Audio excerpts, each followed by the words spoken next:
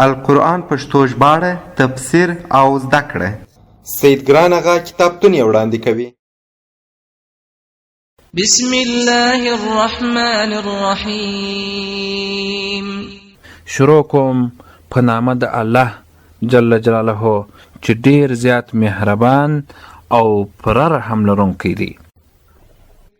يا أيها الناس اعبدوا ربكم الذي خلقكم والذين من قبلكم لعلكم تتقون الذي جعل لكم الأرض فراشا والسماء بناء وأنزل من السماء ماء فأخرج به من الثمرات رزقا لكم فلا تجعلوا لله أندادا وأنتم تعلمون.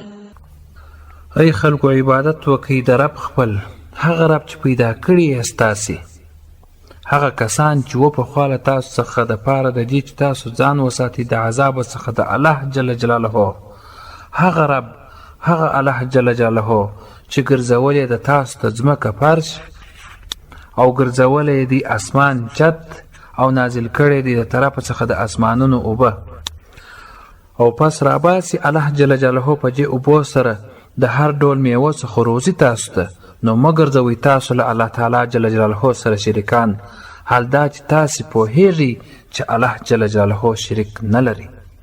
وَإِن كُنتُمْ فِي رَيْبٍ مِّمَّا نَزَّلْنَا عَلَى عَبْدِنَا فَأْتُوا بِسُورَةٍ مِّن مِّثْلِهِ. او که چیرې یاست تاسې په شک کې له هغه قرآن چې ټوټه ټوټه نازل کړی سوی دی موږ په بنده خپل محمد صلی الله علیه وسلم باندې، نو راوړئ تاسو یو صورت په شان د ده. وادعوا شهداءكم من دون الله إن كنتم صادقين. او راوبولئ یعنی ای مشرکانو مددکاران خپل، کومکګر خپل بیل الله جل جلاله څخه که یاست تاسې رښتیا ویونکي. فإن لم تفعلوا ولن تفعلوا فاتقوا النار التي وقودها الناس والحجارة أعدت للكافرين. پس که ونه کړئ سي داسې دا کار او له سره به یې وهم نه کوي، نو پس وساتئ تاسو ځانونه د هغه اور څخه چې خس او خاشاک د هغه اور، انسانان او ډبرې دي چې تیار کړه سوی دي دا اور د پاره د کافرانو.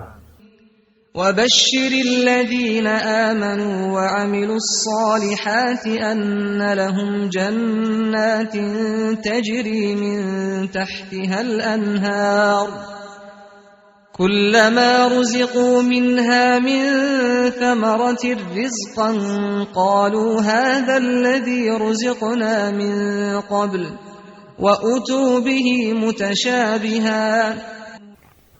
او زیر ورکړه ای محمد صلی الله علیه وسلم هغو کسان ته چې ایمان یې راوړی دی، یعنی په ټول مؤمن به شان باندې، او دوی ښه عملونه کوي په دې چې بېشکه دوی ته جنتونه دي چې بهیږي به لاندې د هغو ویالې، هر کله چې روزي ورکړه سي دغو جنتیانو ته له جنتو څخه څه میوې د پاره د خوړلو، نو وایي به دا جنتیان دا هم هغسې میوه ده چې راکړی سوې وه موږ ته پخوا له دې څخه، او را به وړسي دوی ته میوه همرنګه.